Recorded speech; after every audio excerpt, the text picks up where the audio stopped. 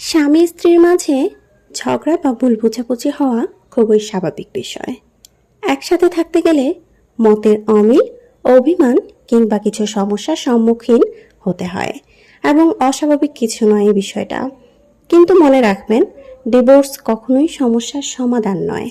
আসসালামু আলাইকুম, সবাই কেমন আছেন? আশা করি সবাই অনেক অনেক বেশি ভালো আছেন এবং সুস্থ আছেন। আজকের এই ভিডিওটি সবার জন্য অনেক বেশি গুরুত্বপূর্ণ। সবাই অবশ্যই শেষ পর্যন্ত দেখে ভিডিওটি শেয়ার করে সবাইকে জানিয়ে দেবেন।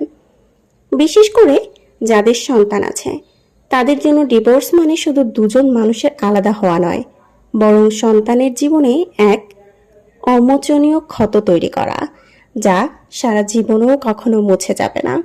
আপনি হয়তো আলাদা হয়ে স্বস্তি খুঁজছেন, কিন্তু ভেবে দেখুন আপনার সন্তানের কি দোষ ছিল। তার কোমল হৃদয়ে বাবা মায়ের বিচ্ছেদ কেমন গভীর আঘাত তৈরি করবে। সে হয়তো বাবার ভালোবাসা পাবে, নয়তো মায়ের ভালোবাসা। একজন না একজনের ভালোবাসা থেকে সে বঞ্চিত হবে। আদৌ কি সে এটা প্রাপ্য ছিল? নিষ্পাপ এই কোমল মনের এবং হৃদয়ে কতটুকু আঘাত আনতে পারে, কতটা পরিমাণ খারাপ সিচুয়েশন তার মনে তৈরি হতে পারে, সামাজিকভাবে, মানসিকভাবে কিংবা শারীরিকভাবে, সে কিন্তু কোনোভাবেই নিজেকে স্বস্তিতে রাখতে পারবে না সারাটা জীবন। সংসার মানেই বোঝাপড়া, ধৈর্য আর একে অপরকে সময় দেয়া। ঝগড়া মানেই সম্পর্কের শেষ নয়, বরং নতুন করে শুরু করার সুযোগ। কারণ সম্পর্ক ভাঙা সহজ, কিন্তু ভাঙা সম্পর্ক সামলে নেওয়া সবচেয়ে কঠিন, যা কখনো সম্পূর্ণরূপে হয়ে ওঠে না। তাই তো সোশ্যাল মিডিয়ায় হাজার হাজার ডিভোর্স হচ্ছে, তা আর কখনোই শুভ সম্পর্কে পরিণত হচ্ছে না। কারণ একটাই, কারণ তারা আর নতুন করে সেটিকে সাজাতে পারবে না।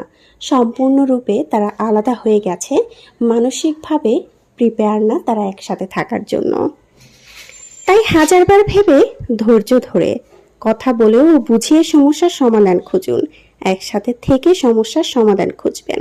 আলাদা হয়ে কখনোই সমস্যার সমাধান খুঁজতে পারবেন না, উল্টো সমস্যা বেড়ে আপনাদের অনেক বেশি ঘৃণিত মন এবং হৃদয় নিয়ে আপনাদের বেঁচে থাকতে হবে সারা জীবন।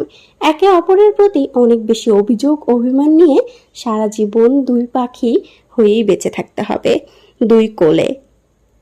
ডিভোর্স সহজ পথ নয়, এটি কেবল অনুতাপের শুরু, হাজারো অভিমানের শুরু।